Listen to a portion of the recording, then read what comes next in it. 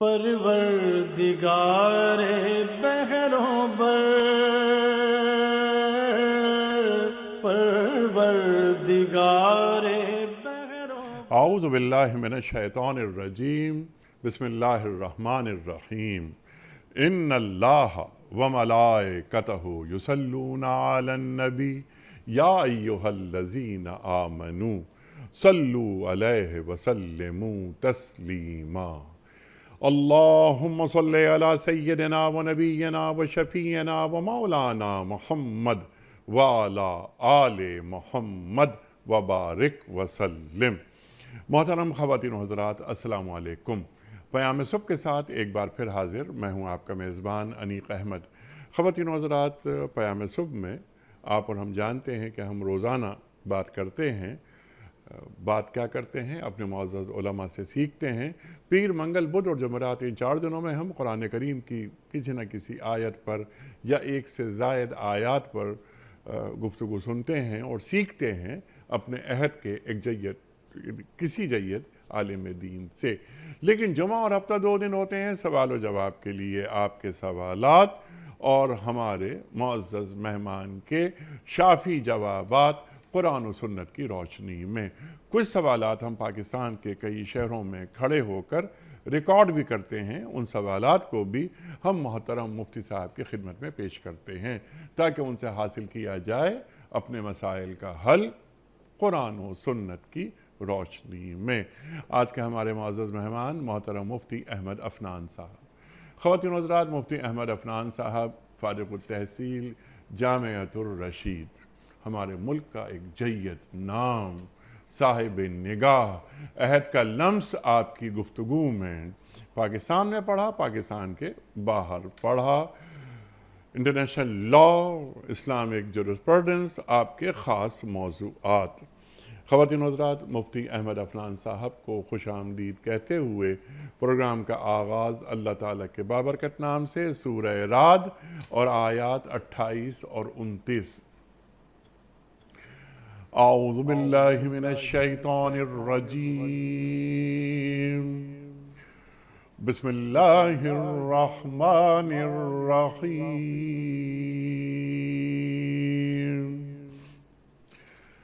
الذین آمنوا وتطمئن قلوبهم بذکر اللہ،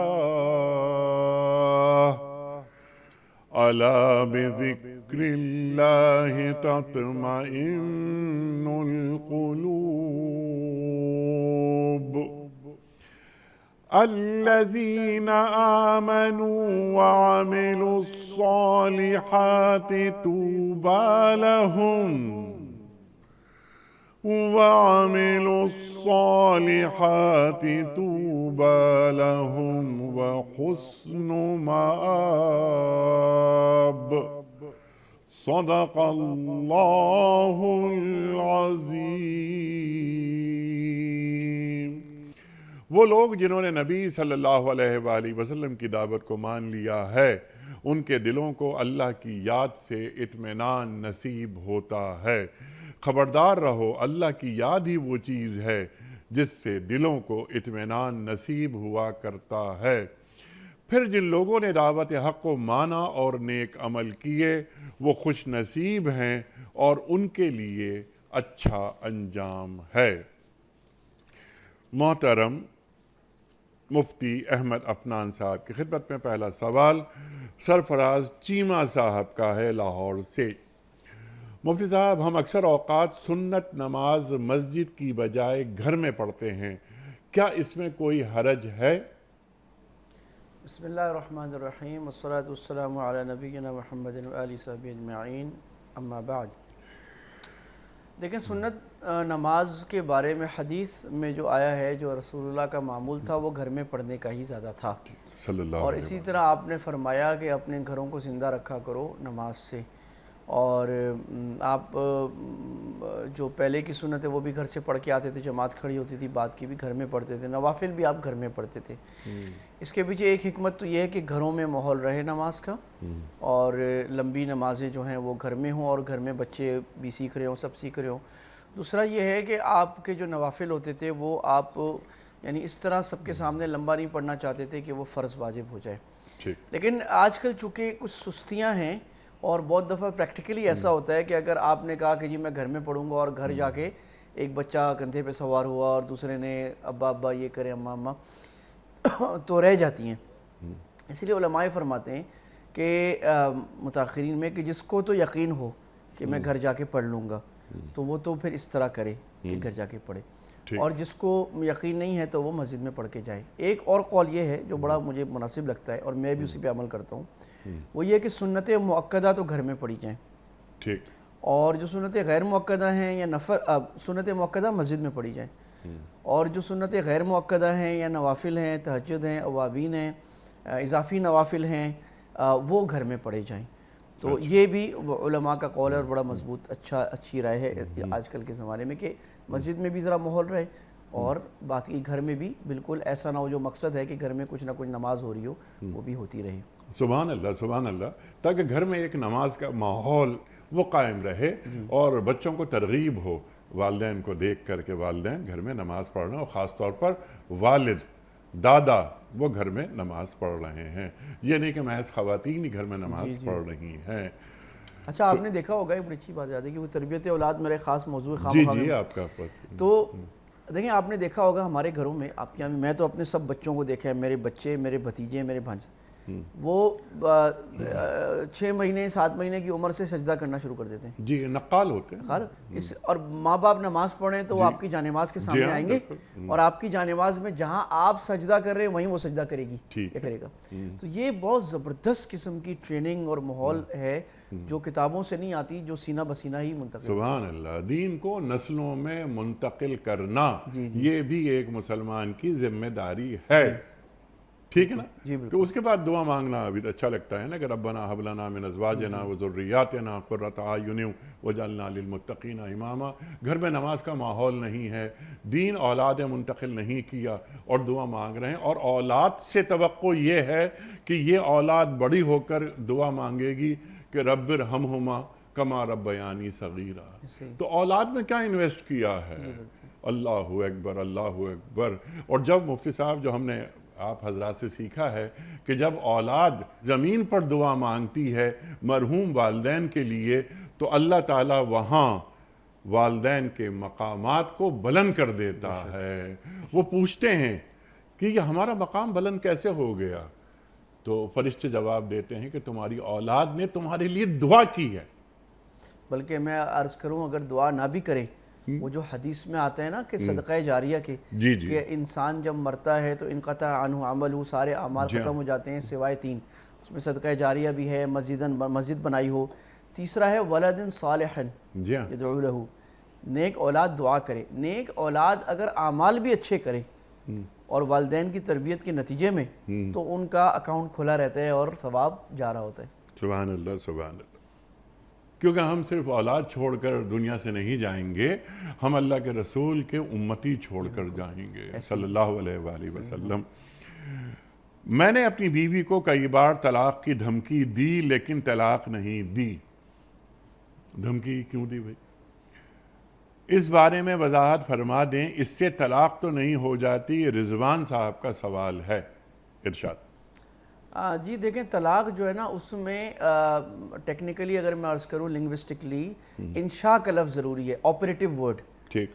نن آپریٹو ورڈ جو ہوتا ہے جیسے آپ پاسٹ ٹینس فیوچر ٹینس آپ استعمال کرتے ہیں, یا ایسا لفظ جس میں وڈ بھی شیل بھی ہے نا, ہو جائے گا نہیں ہوگا, شاید میں دیتا ہوں, دے دوں گا, دینے لگا ہوں, اس سے طلاق نہیں ہوتی.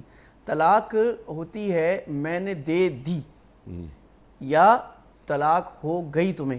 اس آپریٹو ورڈ جو ہے نا اس سے ہوتی ہے. یہ تو ہو گیا مسئلہ کہ اگر کوئی دھمکیاں دے رہا ہے کہ میں تمہیں دے دوں گا, چھوڑوں گا نہیں, آزاد کر دوں گا, تو اس سے طلاق نہیں ہوگی. یہ تو فقہی بات ہوگی. اب اگلا جو آپ نے بھی اشارہ کیا جو بڑا ایک ہمارے معاشرے کا المیہ ہے کہ مرد کو اللہ نے طلاق دیا ہے ایک لاسٹ ریزورٹ کے لیے, اور وہ اس کو ایز اے ہتھیار اور بلیک میلنگ ٹول استعمال کر رہا ہے. تو یہ سیدھی ایک خساست کی بڑی نیچ علامت ہے. خساست خباست کی بات ہے, کمینگی کی بات ہے کہ بیوی کو دھمکیاں دی جا رہی ہیں, اپنا ہاتھ اوپر رکھا جا رہا ہے. جی تو بس اللہ تعالیٰ اس ایٹیٹیوڈ سے ہمیں بچائے. اور بات یہ ہے کہ اللہ کے نبی سے جو دوری ہوئی, خاندان جو ٹوٹ رہے ہیں, نہ شوہر اپنا حق پورا ادا کر رہے ہیں, نہ بیوی پورا حق ادا کر رہی ہے, دونوں کو اپنا وقت پتہ نہیں, وہ اپنی ذمہ داری ادا نہیں کرے, اپنا حق پورا لینا چاہ رہے ہیں دونوں. تو اس قسم کے واقعات پھر کثرت سے ہمارے معاشرے میں جو ٹوٹ پھوٹ کا شکار ہے, وہ ایک بڑا ہی افسوسناک ہے, جس میں سب کو اس وقت بڑوں کو بھی, بوڑھوں کو بھی, اور نئے شادی شدہ نوجوانوں کو بھی سیکھنے کی ضرورت ہے, بچے بچیوں کو, بہن بھائیوں کو, کہ ہم کس طرح شادی کی زندگی کو ڈیل کریں. اللہ اکبر, اللہ اکبر. جیسا آپ نے فرمایا کہ کثرت سے یہ معاملات شروع ہو گئے ہیں. ہم بھی دیکھتے ہیں کہ ہمارے اطراف میں سر لاہور میں نے ابھی سروے نکالا, کیونکہ اس موضوع پر پیرنٹنگ پر, فیملی پر ورک شاپس ہوتی ہیں, ابھی سروے نکالا, 10 دن میں لاہور میں 8,000 طلاقیں ہوئی ہیں. 10 دن میں 8,000 صرف لاہور. اور یہ وہ فگر ہے جو رپورٹ ہوا ہے. ہم آپ کو پتہ ہے ہماری پاکستان اس میں اکثر چیزیں رپورٹ نہیں ہوتی اس طرح کی, جو ان رپورٹڈ ہے وہ کتنا ہے. تو یہ خلا کے فگرز بھی ایسے ہی بڑے خطرناک ہیں. اچھا مفتی صاحب, اب سمپل سوال, یہ تو خیر بہت بڑا موضوع ہے. ہم جو سیکھتے ہیں کہ ہمارا دین ہمیں تعلیم یہ کرتا ہے کہ طلاق, حلال چیزوں میں سب سے زیادہ جو اللہ تعالیٰ کو غصہ آتا ہے وہ طلاق پر ہے. پہلا کام کیا کرنا چاہیے کہ ہمارے معاشروں سے یہ لعنت, یہ جو دھمکی بیوی کو دی جا رہی ہے, اور آپ نے فرمایا کہ ایک ہفتے میں 8,000 طلاقیں لاہور میں, اللہ اکبر, یہ مسلمان معاشرے ہیں, اور مسلمان معاشروں میں طلاق یعنی ایک کھلواڑ بنا لیا ہے. لا تتخذوا بآیات اللہ ہزوا, اللہ اکبر. اچھا اتفاق کی بات ہے کہ طلاق کی آیات کے سلسلے میں ہی یہ آیت آئی. جی بڑی اہم بات ہے. دیکھیں سر, یہ تو پھر ایک پوری لائف لانگ لرننگ ہے نا, کہ معاشرے کی جو بنیادیں تھیں, اخلاقی بنیادیں, شرم کی بنیادیں, وقار کی بنیادی, بلکہ انسانیت کی, جو کسی بھی دنیا میں اچھے انسان میں ہوتی ہیں, وہ ہم سے رخصت ہو گئی ہیں. تو اس کے بعد جو دین کا پھر تقاضا تھا کہ جب شادی ہونی ہے تو اس کو نصف الدین کہا گیا. آپ اندازہ تو فرمائیں نا, یعنی نماز, روزہ, زکوٰۃ, حج, معاملات, معاشرت, وہ سارے ہیں, لیکن پورے شادی کی زندگی کو اللہ کے نبی آدھا دین کہہ رہے ہیں. تو کتنا بڑا باب ہے. اب جب میاں بیوی کی تربیت صبر کی نہیں ہوئی, قناعت کی نہیں ہوئی, برداشت کرنے کی نہیں ہوئی, عالی اخلاق کی نہیں ہوئی, دوسرے کو حسن معاشرت کی, راحت دینے کی تربیت نہیں ہوئی, بڑے مقاصد کے خاطر چھوٹے مقاصد کو قربان کرنے کی نہیں ہوئی, ایثار کی نہیں ہوئی, کتنی بڑی صفت ہے. اپنے آپ کو پیچھے کرنا, اگلے کو آگے کرنا. اور یہ اگلا کوئی اور نہیں ہے, یہ سول میٹ ہے. اللہ اکبر. اور یہ صرف یہ عورت صرف میری بیوی ہی نہیں, میرے بچوں کی ماں بھی ہے. تو یہ تربیتیں جب نہیں ہیں نا, تو ظاہر ہے یہ ٹوٹ پھوٹ تو بڑی نیچرل ہے. دوسری بات, جو بنیادی چیزوں کا علم بھی نہیں ہے. میرے پاس اکثر نوجوان آتے ہیں, جی ہماری شادی ہو رہی ہے, آپ بتائیں پہلی رات کیا کرنا ہے. بھائی پہلی رات کی تو میں آپ کو دعائیں بتا دوں, لیکن میرا بیٹا یہ تو 60 سال زندگی گزارنی ہے, وہ تو پوچھو کیا کرنا ہے. جی. تو اب آپ کو رہنا کیسے ہے, حقوق کیسے ہیں, بچے ہوں گے, ساس سے معاملہ کیسے, سسر سے کیسے, اللہ کے نبی کا معاملہ حضرت علی سے کیسے تھا, کرم اللہ وجہہ. ذرا دیکھیں نا کیسا معاملہ تھا. حضرت فاطمہ سے کہتا تھا, ان کا باپ سے کہتا تھا, نانا سے کیسے, اپنے آپ کی بہنوئی سے کیسے, سالی سے کیسے. یہ سارے معاملات آپ کے گھر میں آ رہے ہیں, تو یہ پورا دین ہے. خاندان وجود میں آ رہا ہے, خاندان سے نیشن وجود میں آ رہی ہے. جی ممکن ہی نہیں ہے. شاہ ولی اللہ رحمہ اللہ فرماتے ہیں کہ اچھے خاندانوں کے بغیر آپ اچھی قوم کا تصور کر لینا ممکن ہے. کیسے ہوگی؟ سبحان اللہ, سبحان اللہ, سبحان اللہ. تو اس سلسلے میں مفتی صاحب میرا سوال آپ کی خدمت میں یہ تھا کہ یعنی پہلا کام کیا کریں. کیا والدین کے لیے ضروری ہے کہ جن بچوں کی شادیاں ہو رہی ہیں, وہ بیٹا ہو یا بیٹی ہو, انہیں بٹھا کے سمجھائیں, انہیں بتائیں کہ بیٹا یہ ایک نئی زندگی کا آغاز ہو رہا ہے, اس میں صبر, شکر, قناعت اور اللہ پہ بھروسہ, اللہ سے دعا, یہ پاکیزہ رشتہ وجود میں آ رہا ہے, کیا انہیں والدین سکھائیں؟ دیکھیں یہ 2-3 میں عملی بات عرض کر دیتا ہوں. ایک بات تو جیسے آپ نے فرمایا, والدین باقاعدہ کاؤنسلنگ کریں, سکھائیں. دوسرا, خاندان کا کوئی بزرگ, کوئی بڑا, کوئی عالم, یا ویسے ہی کوئی خاندانی انسان جس کے اندر یہ ویلیوز اسٹرانگ ہو, وہ کاؤنسلنگ کرے, ان کو بتائے. کتابیں بھی لکھی ہوئی وہ پڑھے. اصل یہ امیٹیشن, وہ جو بڑوں کو دیکھ رہے نا، میرا باپ میری ماں سے معاملہ کیسے کر رہا ہے، سبحان اللہ سبحان اللہ. اور میری والدہ کا میرے ابا کے کتنا احترام ہے، یا ان کا وہ بیچارے تھکے آ رہے آتے ہیں اور وہ ان کو شکوے شکایتیں کی انبار لگا دیتی ہیں. یہ جو وہ سیکھ رہا ہے وہ یہ کرے گا، اور بیٹی اپنی ماں کو جس طرح دیکھ رہی ہے وہ بھی ایسے ہی کرے گی. تو میں کہتا ہوں نوجوانوں کو جب ملتے ہیں، میں کہتا ہوں بھائی اگر ابھی تک زندگی نہیں سدھاری تھی، اب تمہارے بچے پیدا ہو رہے ہیں، ان کے لیے سدھر جاؤ، ٹھیک. ورنہ وہ تمہارا بگاڑ وہ لیں گے آ کے.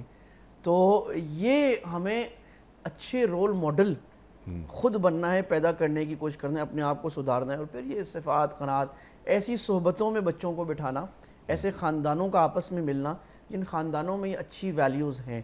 تو اس سے وہ بچہ جو ہے نا، یا نوجوانی کی عمر میں انسان باتوں سے بہت کم سیکھتا ہے، وہ ماحول سے سیکھ رہا ہوتا ہے. سبحان اللہ سبحان اللہ. ماحول سے بچہ سیکھ رہا ہوتا ہے. اللہ اکبر. اگر والدین بشرطے کہ انہوں نے قرآن پڑھا ہو، قرآن سے ایک قربت، ایک نسبت ہو ان کی، تو وہ اولاد کو صرف قرآن کریم کی ایک آیت کا چھوٹا سا حصہ سمجھا دیں، بتا دیں، سکھا دیں کہ ہن لباس لکم وانتم لباس لہن، کہ تم ان کا لباس ہو اور وہ تمہارا لباس ہیں. تو دیکھو ایسے زندگی گزارنا، بالکل جی. تو وہ لڑکا ہو یا لڑکی ہو، وہ مستقبل کا دولہا ہو یا دلہن ہو، انہیں معلوم ہو جاتا ہے کہ ہمیں زندگی کیسے گزارنی ہے. اچھا، ایک اس پہ کتابیں بھی بڑی لکھی ہیں، جی کوئی بھی اچھی مثالی دلہا ایک کتاب بڑی اچھی، مثالی دلہن بڑی اچھی کتاب ہے، مثالی شوہر، مثالی بیوی، اس طرح کی کتابیں لکھی ہیں. تو وہ کتابوں کو پڑھ کے کوشش کریں، اس میں قرآن حدیث سارا جو ہے نا جی ہاں. اس ٹاپک کا وہ ڈال دیا گیا ہے. ٹھیک ہے. تو میں آپ کو ایک مثال دوں، اس وقت اے آئی کہاں جا چکی ہے. اے آئی میں ایک باٹ آیا ہے آرٹیفیشل انٹیلیجنس میں، وہ باٹ آپ کا جواب دیتا ہے، جے کے آئی باٹ. اس باٹ سے پوچھا کہ tell me relation between husband and wife. اس نے آرام سے بالکل ٹھیک ٹھاک بتا دیا کہ اسلام میں میاں بیوی کے حقوق اور ذمہ داریاں کیا ہیں. تو ڈیٹا تو اتنا زیادہ واضح ہے قرآن حدیث کا، ہم پڑھنے والے بن جائیں نا، ٹھیک ہے، ہم سیکھنے والے ڈیٹا بنیں. کیا، وہ اصول زندگی کیسے گزاری جاتی ہے. اور اس میں جو آپ نے بات فرمائی، بہترین بات کہ والدین کا رویہ ایک دوسرے کے ساتھ کیسا رہا. وہ بچہ اور بچی چھوٹے سے بڑا ہو گیا، اسے معلوم ہوا کہ ایک دوسرے کا احترام کیا جاتا ہے، پردہ پوشی کی جاتی ہے، غلطیوں کو اجاگر نہیں کیا جاتا. اللہ اکبر اللہ اکبر. ایک بار کسی نے زور سے آواز دے کر بیوی کو بلا لیا، تو ایک بزرگ بیٹھے ہوئے تھے، انہوں نے کہا کہ تم نے کس انداز سے بلایا بیوی کو؟ تو انہوں نے کہا ہاں بلا لیا میں نے، آواز دے کر، ذرا زور سے آواز دے دی تھی. کہ لیں شریف خاندانوں میں اونچی آواز سے نہیں بلاتے. اللہ اکبر. اگلا سوال وہ بھی طلاق کے حوالے سے. اللہ اکبر. شمسہ کمل ہیں کراچی سے. ان کا سوال یہ ہے کہ کسی عورت کو طلاق ہو گئی اور اس نے جاننے کے باوجود عدت نہیں گزاری اور اس کے عدت کے دن گزر گئے، تو کیا اس کو دوبارہ عدت کرنی ہوگی یا وہ دن گزرنے سے خود ہی عدت ختم ہو گئی؟ دیکھیں، ایک تو جو عدت نہیں گزاری وہ تو ایک بہت بڑا گناہ تھا، کیونکہ یہ عدت کا حکم جو ہے یہ قرآن کا ڈائریکٹ حکم ہے. یتربصن بانفسہن ثلاثۃ قروء. اب جو نہیں گزاری تو یہ ان عبادات میں جن کی قضا نہیں ہے. بعض عبادتیں ایسی ہیں جو ہم سے چھوٹ جاتی ہیں تو ان کی قضا ہے، جیسے نماز ہے، روزہ ہے. اور بعض عبادتیں ایسی ہیں کہ اگر وہ چھوٹ جائیں تو گناہ تو ہوتا ہے لیکن اس کی قضا نہیں ہے. تو بس اب توبہ استغفار کریں، تھوڑا سا صدقہ کریں اور عدت دوبارہ نہیں گزارنی. اچھا، عدت دوبارہ نہیں ہوگی. اچھا وہ یعنی عدت تو گزر خود جاتی ہے، آپ کو گزارنے کی نیت نہیں کرنی ہوتی. اس میں سرٹن ریسٹرکشنز میں آپ کو رہنا ہوتا ہے. اگر آپ نہیں رہیں تو آپ نے یہ خلاف ورزی کی. جی ہاں بالکل. اور جیسے وہ یعنی بیوہ ہوں یا مطلقہ ہوں، اگلے دن سے وہ عدت کی مدت شروع ہو جاتی ہے، خود بخود شروع ہو جاتی ہے. خود بخود شروع ہو جاتی ہے. ٹھیک ہے. اچھا، کچھ عدت کے حوالے سے کچھ جو دین اصول دیتا ہے وہ بھی ذرا بیان فرما دیجئے کہ عدت کیا ضروری ہے عدت میں کہ خاتون یعنی جو بیوہ ہوئی ہیں یا طلاق یافتہ ہوئی ہیں وہ گھر ہی میں قیام کریں گی، وہ کہیں اور بھی یہ 4 مہینے 10 دن یا 3 مہینے دونوں صورتوں میں وہ کہاں رہ سکتی ہیں؟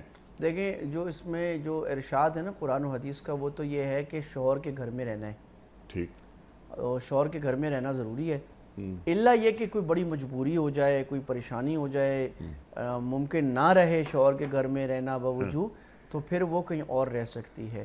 اچھا، نیز اس میں یہ ہے کہ زیادہ وقت گھر میں رہنا ہے، پردے کا اہتمام تھوڑا سا اور زیادہ کرنا ہے، اور تھوڑا سا فرق اس میں دونوں عدتوں میں آ جاتا ہے۔ مثلا اگر وفات کی عدت ہے تو وہ ہے 4 مہینہ 10 دن، 130 ڈیز ہے ایکچولی، اور اس میں یہ کرنا ہے کہ عورت کو سوگ کی حالت میں گویا کہ رہنا ہے، زیب و زیور زینت نہیں کرنی، زیور نہیں پہننے، میک اپ نہیں کرنا، کوئی بڑے بھڑکیلے اچھے فارمل ڈریس نہیں پہننا، باہر زیادہ بلا وجہ نہیں نکلنا۔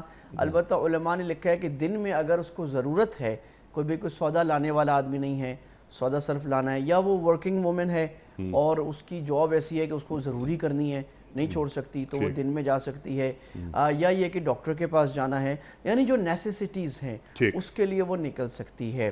اچھا، جو طلاق یافتہ عورت ہے، اگر اس کو 3 طلاقیں نہیں ہوئی ہیں، 1 یا 2 طلاق ہوئی ہے اور وہ شوہر سے ابھی رجوع کا حق باقی ہے، تو اس کے بارے میں معاملہ الٹ ہے کہ وہ زیب و زینت بھی کرے۔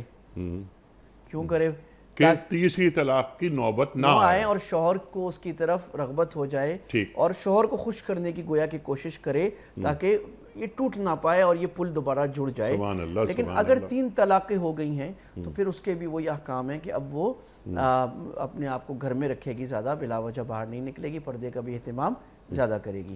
ٹھیک ہے، تو عدت کے دوران میں کیا یہ خاتون تقریبات اٹینڈ کر سکتی ہیں؟ نہیں، تقریبات اٹینڈ کرنا جائز نہیں، کیونکہ میں نے اصول عرض کر دیا، جو حاجات ضروریاں ہیں، نیسیسٹیز ہیں، اس میں جا سکتی ہے، تقریبات میں نہیں جا سکتی۔ تقریبات میں نہیں جا سکتی۔ البتہ اگر ایک ضرورت یہ بھی ہے، بعض کیس آتے ہیں ایسے کہ وہ خاتون کا ایسا ہوتا ہے کہ سٹریس لیول بڑھ جاتا ہے، اس پہ بعض فقہاء نے لکھا اور حدیث میں بھی آیا ہے کہ آپ نے دیکھا کہ عدت میں خاتون تھی اور وہ باہر کھڑی باتیں کر رہی تھی، تو آپ نے فرمایا ٹھیک ہے بھی، اگر رسول اللہ نے فرمایا صلی اللہ علیہ وسلم، صحیح حدیث ہے کہ اگر تمہارا دل گھبراتا ہے تم اپنی پڑوسن سے باتیں کر سکتی ہو، لیکن زیادہ دیر بات نہ رہو، رات کو اندر چلی جایا کرو۔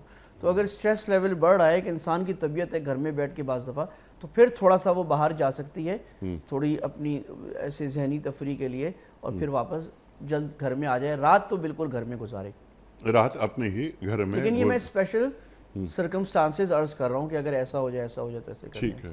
اچھا، دوران عدت کیا یہ خاتون کسی اور شہر یا کسی اور ملک کی طرف سفر کر سکتی ہے؟ سخت مجبوری کے بغیر نہیں کر سکتی، صرف ان حالات میں جیسے میں نے عرض کیا نا کہ اب مثلاً شوہر کا گھر فرض کریں کراچی میں تھا، اب اس گھر میں کوئی نہیں رہا تو اور رہنے کا کوئی صورت بھی نہیں ہے، اول تو یہ کرنا چاہیے کہ ان کا کوئی بیٹا، کوئی بھائی، کوئی بہن اگر اس گھر میں ان کے ساتھ رہ سکتے ہیں تو شوہر کے گھر میں ان کے ساتھ عدت کے دوران رہ جائیں۔ ان لوگ کرتے ہیں کہ بھی میری اماں عدت میں، میری بہن عدت میں نے فلاں کو بھیج دیا ان کے ساتھ رہنے کے لیے، کیونکہ شریعت کا حکم ہے نا قرآن کا۔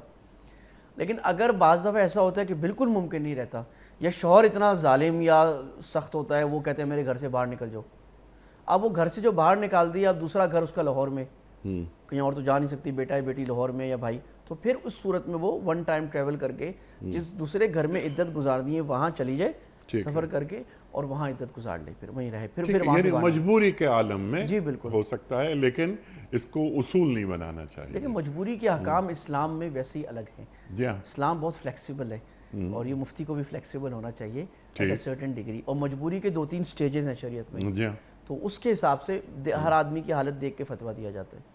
سبحان اللہ، سبحان اللہ۔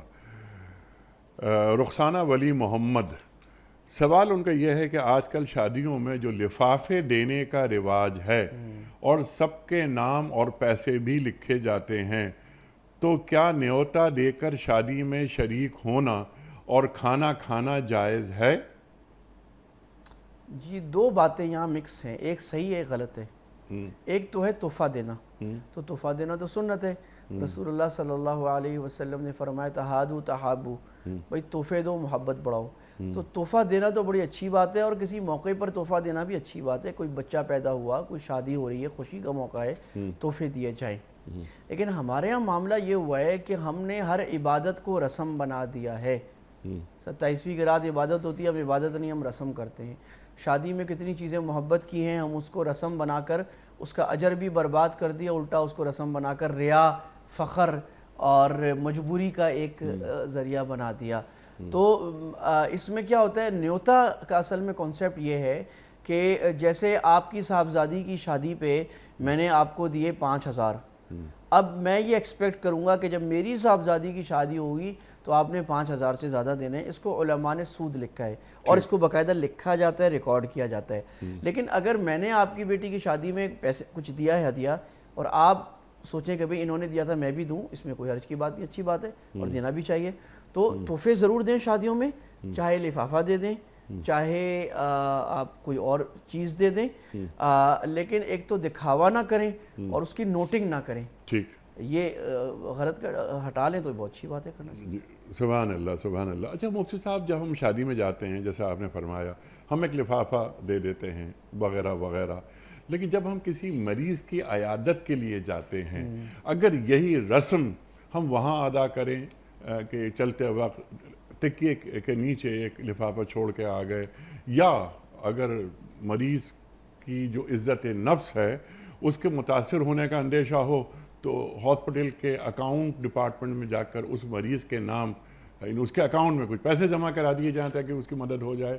لیکن جو شادی ہو رہی ہے وہاں تو ظاہر ایک آدمی ہے جو شادی کر رہا ہے، اس کے پاس پیسے ہیں، ہو سکتا ہے یہ مریض بیچارہ غریب مفلس ہو، اس کے پاس پیسے نہیں ہیں، تبھی یہ پرائیویٹ ہاسپٹل میں آیا ہے، اور پرائیویٹ ہاسپٹل الامان و الحفیظ، اور سرکاری ہاسپٹل ناقابل بیان۔ ارشاد۔ دیکھیں دو باتیں ہمیں الگ سمجھنی ہیں، ہدیہ کیا ہوتا ہے اور صدقہ کیا ہوتا ہے۔ ٹھیک ہدیہ عام طور پہ اس وقت دیا جاتا ہے جب یہ خیال ہوتا ہے کہ انیق صاحب کو ضرورت نہیں ہے، ٹھیک محبت کے لیے، خالص محبت کے لیے، ٹھیک نہ آپ کو ضرورت ہے نہ مجھے ضرورت ہے، ہدیہ محبت کے لیے ہوتا ہے۔ ٹھیک اور جہاں یہ غالب خیال ہو کہ اگلے کو ضرورت ہے، وہ پھر ہو جاتا ہے صدقہ۔ ٹھیک ہدیہ عام طور پہ خوشی میں دیا جاتا ہے، غم کی حالت میں نہیں دیا جاتا۔ غم کی حالت میں صدقہ دیا جاتا ہے جہاں ضرورت ہو، جہاں ضرورت نہیں ہے وہاں۔ اچھا مریضوں کی ابھی ہم اپنے بڑوں کو ہم نے دیکھا ہے کہ روایات یہ ہیں کہ اسپتال جاتے تھے تو بلکہ پوری دنیا کی روایات ہیں، کوئی پھل لے گئے، کوئی ایسی چیز کھانے کو لے گئے جو اس مریض کے کام آئے، تو یہ اچھی بات ہے کیونکہ ضرورت کی چیز ہے۔ پھول لے جاتے ہیں بعض دفعہ ایک اچھی امید کے ساتھ کہ بھئی آپ گیٹ ویل سون، اچھے ہو جائیں۔ اور یہ جو آپ نے بات فرمائی بڑی اہم بات ہے کہ بھئی میرے رشتہ داروں میں کوئی مریض ہے اور میرا خیال یہ ہے کہ اس بیچارے پر بوجھ ہو رہے ہوں گے اسپتال کے پیسے، تو بغیر اس کی عزت نفس خراب کیے ہوئے دے دینا مریض کی مدد سے بڑا، یعنی اعظم صدقات میں ہے، بڑے میں بڑی اچھی بات ہے، معاشرے میں اس کا رواج ضرور دینا چاہیے، ضرور یہ ہونا چاہیے، اور اس کے سماج میں اس بات کو فروغ ملنا چاہیے۔ اللہ اکبر۔ اچھا ایک بات اور بھی ہم آپ سے سیکھیں، وہ یہ کہ ہر محلے میں یا علاقے میں کوئی نہ کوئی ہاسپٹل ہوتا ہے، تو علاقے کی زکوٰۃ جمع کر کے، ویسے بھی جو دینی اصول جو آپ حضرات سے ہم نے سیکھا وہ یہ کہ جو علاقے کی زکوٰۃ ہوگی وہ اسی علاقے پہ خرچ کرنا افضل ہے، تو ہم وہ زکوٰۃ کی رقم جمع کر کے اسی ہاسپٹل میں جمع کرا دیں کہ صاحب یہ زکوٰۃ کی رقم ہے، اور جو شخص علاج کرانے کے لیے آ رہا ہے اور وہ مفلس ہے، نادار ہے، یعنی مستحق زکوٰۃ ہے، تو اس اماؤنٹ سے اس کا علاج ہو جائے۔ تو اس طرح کے اگر ہم کاؤنٹر بنا دیں تو ہمارے وہ غریب لوگ اپنا علاج اچھی جگہ پہ کرا سکتے ہیں۔ بہت اہم بات آپ نے فرمائی، اسپتال اور علاج تو ایک زکوٰۃ کے بڑے مصارف میں، میں ایک تو ہاسپٹلس کی شریعہ بھی دیکھتا ہوں، آنری یعنی ان کی زکوٰۃ کا سسٹم دیکھتا ہوں۔ دیکھیں یہ جو اصول آپ نے بڑا صحیح فرمایا کہ اصول یہ ہے کہ زکوٰۃ جو ہے وہ اپنے علاقے کی اپنے علاقے پہ لگے جی، تاکہ ایک فارم رہے، لیکن یہ کام حکومت کا تھا، زکوٰۃ لینا اصل میں حکومت کا کام تھا، لیکن حکومت نہیں کر رہی یا نااہلی کر رہی ہے، یا زکوٰۃ کے پیسوں کو مزارعوں میں لگا رہی ہے یا کرپشن میں لگا رہی ہے، تو اس لیے علماء نے کہا کہ بھائی آپ اب خود ہی کریں۔ اس میں یہ ہے ایک تو ترتیب یہ بھی ہے نا کہ زکوٰۃ میں ترتیب یہ کہ اول فالاول، سب سے پہلے آپ کے رشتہ دار آتے ہیں، ٹھیک، اگر آپ کے زکوٰۃوں میں رشتہ داروں میں مستحق ہے پہلے آپ زکوٰۃ ان کو کور کریں۔ اسی طرح آپ کے اہل محلہ ہیں، اگر آپ کے اہل محلہ میں مستحقین اہم ہیں تو آپ ایک اچھا بڑا حصہ ان کو دیں، اس کے بعد پھر آپ دوسری جگہ اسپتالوں میں، مدارس بڑی اہم ایک وہ ہیں، ٹریننگ ایجوکیشن یہ ایک بڑا ہیڈ ہے یہاں پر، بالکل دینا چاہیے، لیکن اس کی کوشش ہونی چاہیے کہ اپنی کمیونٹی اور اپنے محلے پر خرچ کی جائے. اور یہ میں اس کو میں اس طرح تعبیر کروں گا، زکوٰۃ کو انسٹیٹیوشنلائز کیا جائے. سبحان اللہ. لیکن جب ایک آدمی آ رہا ہے نا، میں نے اس کو آٹا کھلا دیا، پھر آٹا کھلا دیا، پھر آٹا کھلا دیا، وہ ساری زندگی آٹا ہی کھاتا رہے گا، وہ مانگتا ہی رہے گا. اس کو ہنر سکھانے پہ، ایجوکیشن پہ بنا دیا جائے، اس کے علاج پہ بنا دیا جائے. انسٹیٹیوشن پابند ہو، زکوٰۃ کو انسٹیٹیوشن بڑا اسٹرانگ آڈٹ ہوتا ہے اس کا، وہ سسٹمیٹکلی جب زکوٰۃ کو خرچ کرے گا تو لوگوں کی ٹریننگ بھی ہوگی. سبحان اللہ. یہ ایک بڑی اہم چیز ہے سبحان اللہ. لوگوں کی ٹریننگ بھی ہوگی اور زکوٰۃ لینے والے ہاتھ زکوٰۃ دینے والے ہاتھوں میں تبدیل ہو جائیں گے. اور اگر پراپر زکوٰۃ دینا شروع ہو گئے تو کیا پاکستان میں کوئی غریب رہ سکتا ہے؟ عالم اسلام میں ہو چکا ہے. پوورٹی لیول 0 پہ آ چکا ہے. دنیا نے نہیں کیا، بہت کم کیا دنیا نے. جی. زکوٰۃ کی برکت سے عمر بن عبدالعزیز رحمہ اللہ کے زمانے میں جی. ایک آدمی زکوٰۃ لینے والا نہیں رہا. آپ تصور کر سکتے ہیں؟ اللہ. اور we are not talking about ایک ملک، پورا عالم اسلام، پورا عرب جس میں 22 ملک ہیں آج. جی. یہ اور وہ ادھر اندلس بھی فتح ہو گیا ہے، اور ادھر یہ مصر، شام، پورے کو زکوٰۃ لینے والا نہیں. علماء نے ہمیں مسائل ملتے ہیں اس زمانے کے فتاویٰ کہ علماء سے سوال کیا گیا کہ حضرت ہم نے زکوٰۃ دینی ہے، زکوٰۃ لینے والا کوئی نہیں، ہم کیا کریں؟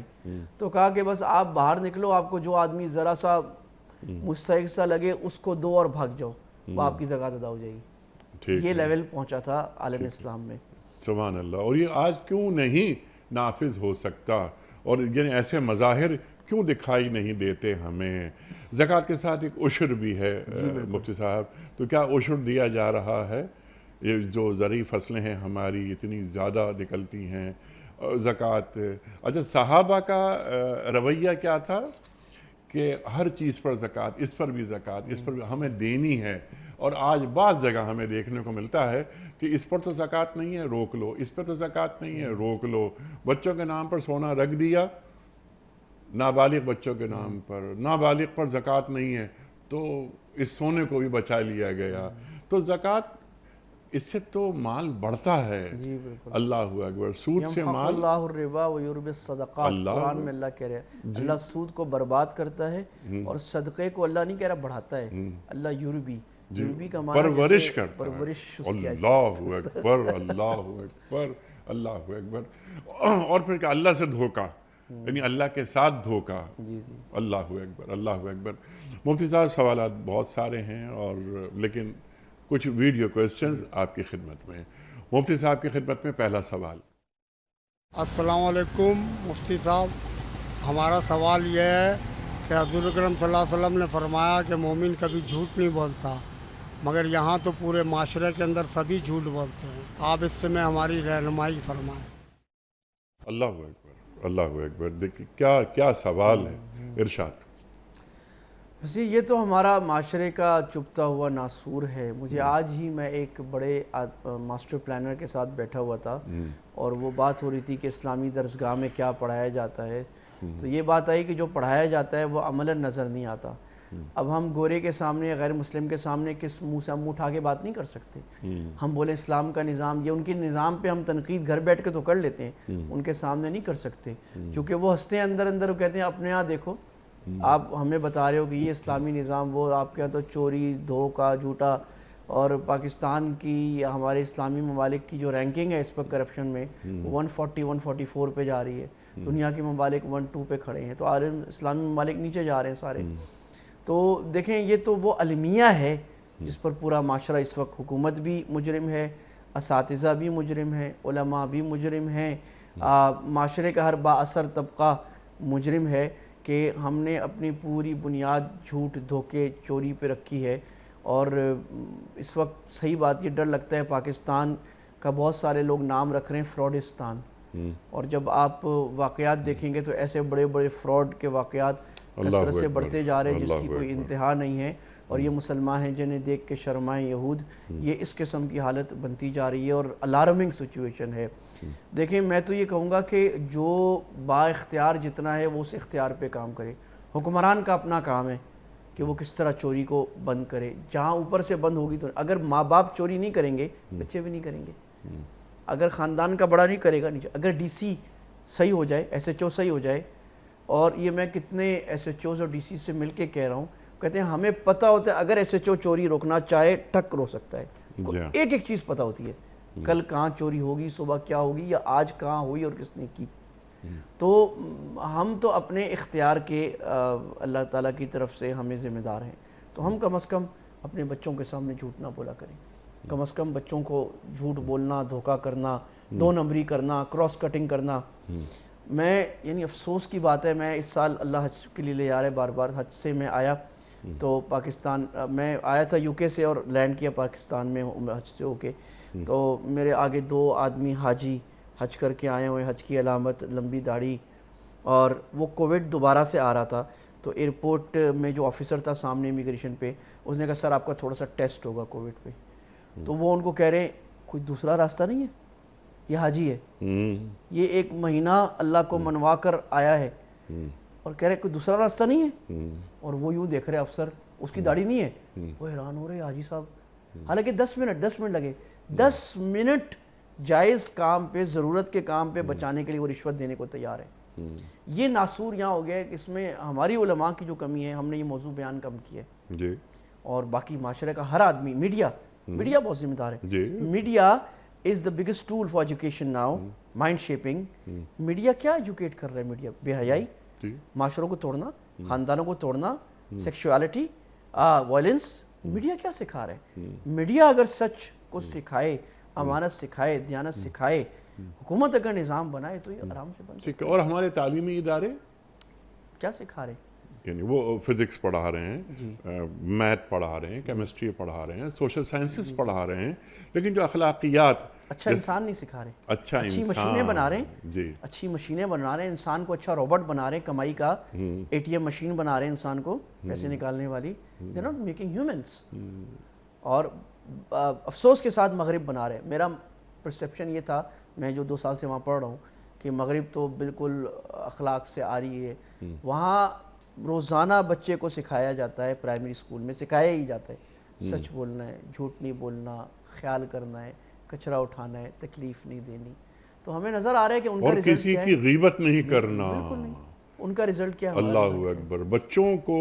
بچوں کے لیے یہ غیبت، بیک بائٹنگ، یہ ایک اجنبی لفظ ہے، وہ جانتے نہیں کہ اچھا یہ پیٹھ پیچھے برائی کیسے کرتے ہیں، یہ کیسی عجیب بات ہے۔ اور یہ ہماری اقدار ہیں، ہمارے اصول ہیں، جو ہمیں ہمارا قرآن دیتا ہے، ہمیں صاحب قرآن بتاتے ہیں، سکھاتے ہیں، اور ہماری ویلیوز وہاں پر ہیں۔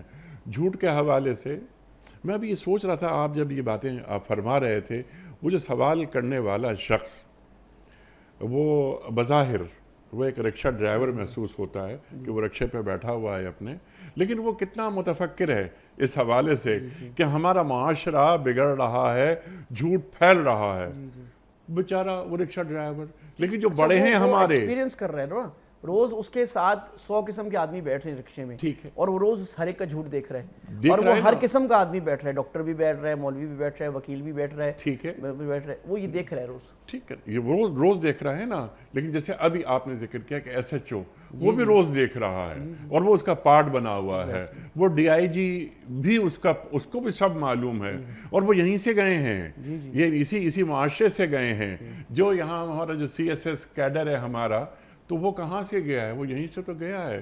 آپ نے ڈی سی کی بات کی، تو ڈی ایم جی گروپ اس نے یہیں سے لیا ہے، انہی کالجز میں، انہی یونیورسٹیوں میں پڑھ کر، تو وہ سب جانتا ہے۔ لیکن خیر، یہ تو ہمارے سماجی مسائل ہیں نا۔ اللہ کے رسول صلی اللہ علیہ وآلہ وسلم، اس سے پہلے قرآن کریم کہ لعنت اللہ علی الکاذبین، قرآن فرما رہا ہے کہ جھوٹ بولنے والوں پر اللہ کی لعنت، یعنی وہ اللہ کی رحمت سے محروم ہو گئے۔ تو جو جھوٹ بولتا ہے وہ اللہ کی رحمت سے دور ہو جاتا ہے۔ اللہ اکبر۔ سرکار دو عالم صلی اللہ علیہ وآلہ وسلم، جن پر ہماری جان قربان، ہم تیار رہتے ہیں جان دینے کے لیے، لیکن جو اللہ کے رسول نے فرمایا صلی اللہ علیہ وآلہ وسلم، اس پر عمل کرنے کے لیے تیار نہیں رہتے۔ ایک تو یہ وجہ بتا دیجئے، اور آپ صلی اللہ علیہ وآلہ وسلم نے جھوٹ کے تعلق سے کیا فرمایا؟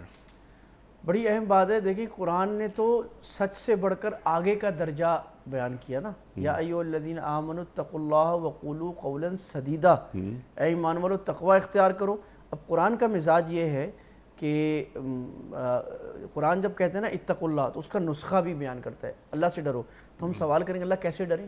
تو اس کے مختلف جگہ اللہ نے مختلف نسخے بیان کیے. یہاں کہا قولوا قولا سدیدا. قولا سدیدا خوبی جانتے ہیں وہ سچائی سے اوپر کی چیز ہے. جی ہاں بالکل. یعنی ایسی چیز جو ظاہراً باطناً سچ ہو, ایسا بھی نہیں کہ گھما پھرا کے سچ ہو, سیدھا سچ ٹھوک کے بعد. دس از یہ مسلمان کو. اللہ کے نبی صلی اللہ علیہ وسلم کے پاس صحابی ہے کہ یا رسول اللہ میں زنا بھی کرتا ہوں, شراب بھی پیتا ہوں, یہ بھی کرتا ہوں, یہ بھی کرتا ہوں, یہ بھی کرتا ہوں, میں کیسے چھوڑوں؟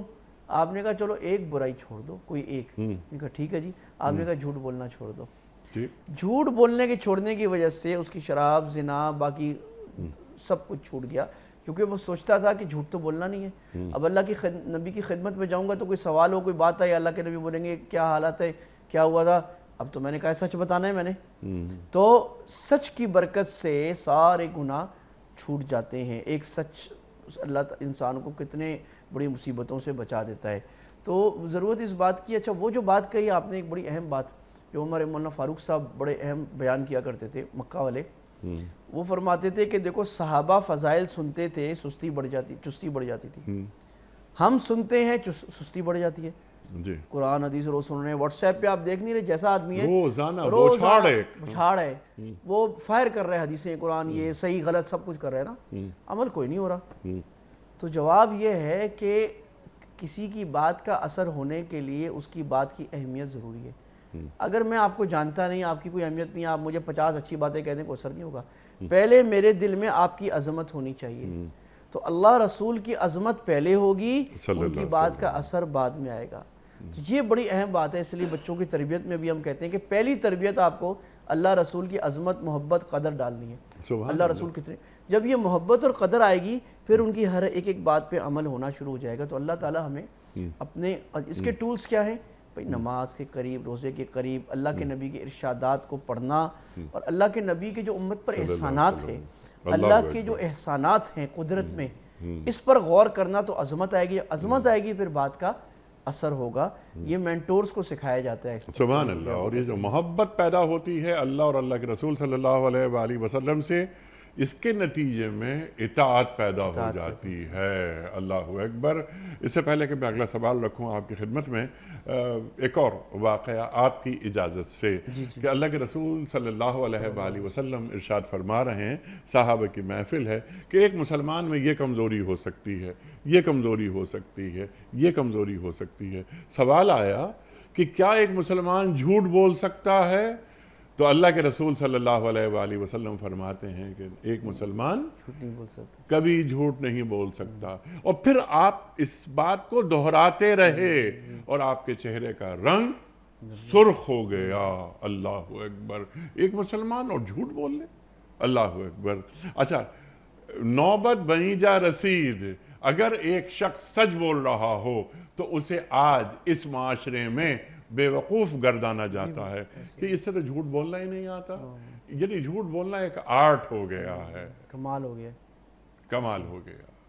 مفتی صاحب, آخری سوال آج کے پروگرام کا آپ کی خدمت میں, جناب والا.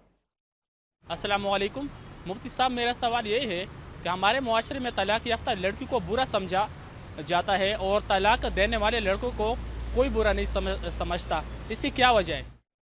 سوال یہ بہت اچھا ہے اور ایک نیا سوال ہے, کم از کم میرے لیے. آپ تو دارالافتاء آپ کے پاس ہے, کہ یہ وہ لڑکی جس کو طلاق ہو گئی برا سمجھا جاتا ہے اسے, لیکن جس نے طلاق دی اسے کیوں نہیں برا سمجھا جاتا؟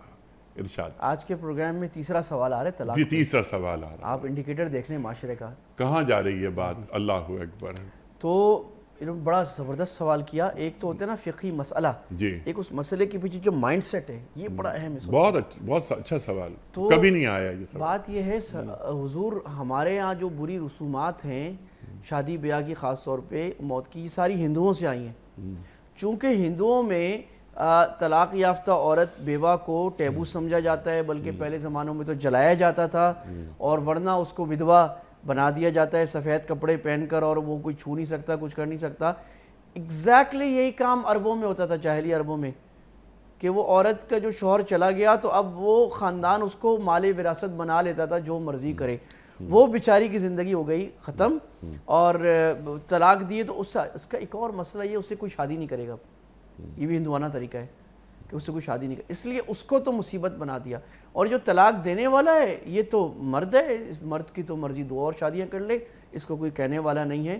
یہ اصل میں وہ جو اللہ کے نبی صلی اللہ علیہ وسلم نے عورت کو آزاد فرمایا تھا بری رسومات سے، اور عورت کو گائے بیل بکری اور ایک تھنگ سمجھا جاتا تھا، عورت کوئی تھنگ ہے، ہیومن نہیں ہے۔ اور جو ایک گریک میتھولوجی میں بھی ایک پینڈورا کہا جاتا تھا کہ عورت تو پینڈورا ہے، یعنی شر کا منبع عورت ہے۔ یہ وہ جاہلیت کے نظریات ہیں جو آج تک ہمارے ہاں جاہلیت میں چل رہے ہیں، اور اس کے بڑے سماجی اثرات ہیں۔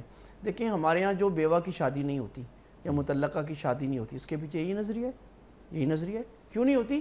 اس کو برا سمجھتے ہیں، یہ تو بیوہ ہو گئی، وہ بیچاری کا کیا قصور ہے، جس کو طلاق ہو گئی وہ تو بیچاری پسی ہوئی ہے۔ تو ہندوانہ طریقہ ہے، اور اس پر نمک چھڑک دیا مغربی رویوں نے آ کر۔ تو یہ اس قسم کے کام ہمارے اندر دوسری آئیڈیالوجی تو آ گئی، اسلامی آئیڈیالوجی چلی گئی۔ حالانکہ اللہ کے نبی صلی اللہ علیہ وسلم کی 11 شادیوں میں سے 10 شادیاں مطلقہ سے تھیں۔ صحابیات ایسی بھی ہیں جن کی 2 3 شادیاں ہو گئیں، پہلا شوہر نے طلاق دے دی، پچھلے شوہر نے فوت ہو گیا۔ ہمارے ہاں سمجھا جاتا ہے کہ طلاق کا مطلب جھگڑا ہے، لیکن ایسا نہیں ہوتا بھئی، دونوں میاں بیوی اچھے لوگ ہیں، ہو سکتا ہے دونوں کا مزاج نہ بن رہا ہو، تو طلاق محبت سے بھی ہو سکتی ہے کہ چلو ہم، لیکن آج اس لیے نہیں ہو سکتی کیونکہ لڑکی کو پتا ہے میری شادی نہیں ہوگی، تو چاہے وہ ظلم کرے، وہ مارے، وہ پیٹے، تو ماں باپ اور بڑے بھی یہ کہتے ہیں بیٹی کوئی بات نہیں، برداشت کر لے، بیٹی برداشت کر لے، وہ بیچاری ظلم کی چکی میں پس کے۔ لیکن سوال یہ ہے ان کا ایک، اس کے ساتھ ساتھ جو بڑا اہم سوال ہے کہ جس مرد نے طلاق دی اسے برا کیوں نہیں سمجھا جاتا ہمارے معاشروں میں؟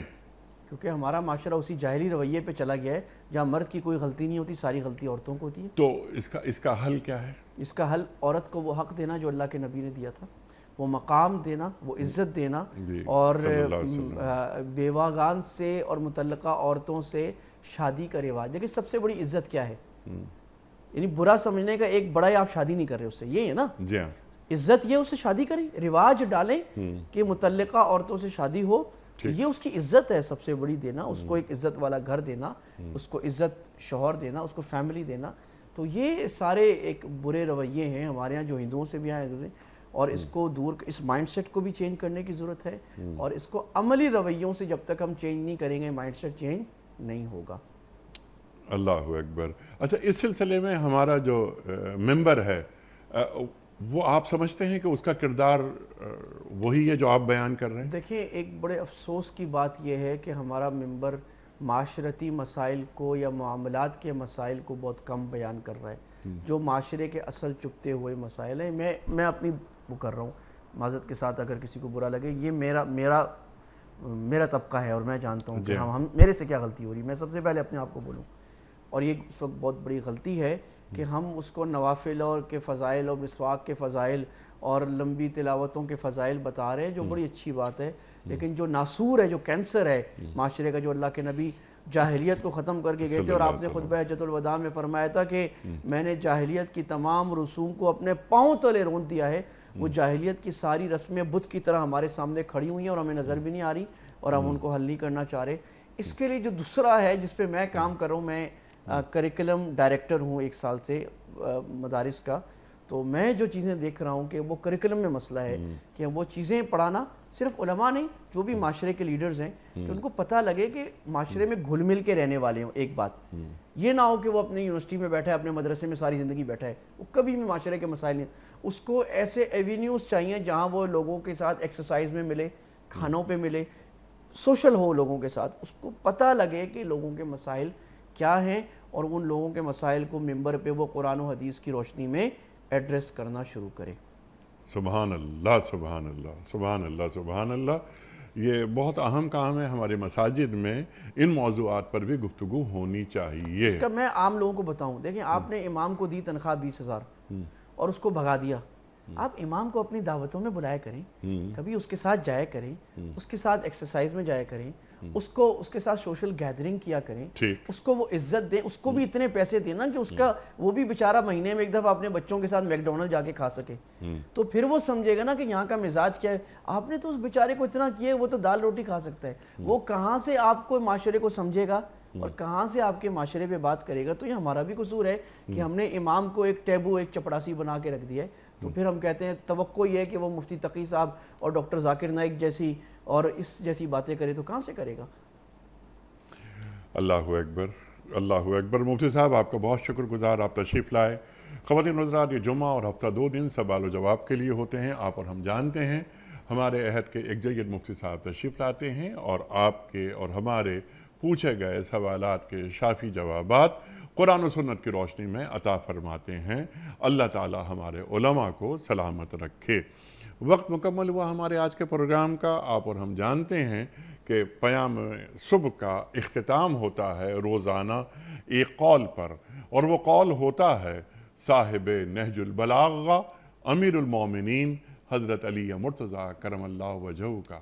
آپ فرماتے ہیں کہ مومنوں کی فراست سے ڈرو کہ اللہ نے ان کی زبانوں پر حق رکھ دیا ہے. اللہ اکبر. مومنوں کی فراست سے ڈرو کہ اللہ نے ان کی زبانوں پر حق رکھ دیا ہے. اللہ اکبر. اپنے میزبان انیق احمد کو کل تک کے لیے اجازت دیجیے. خدا حافظ. پروردگار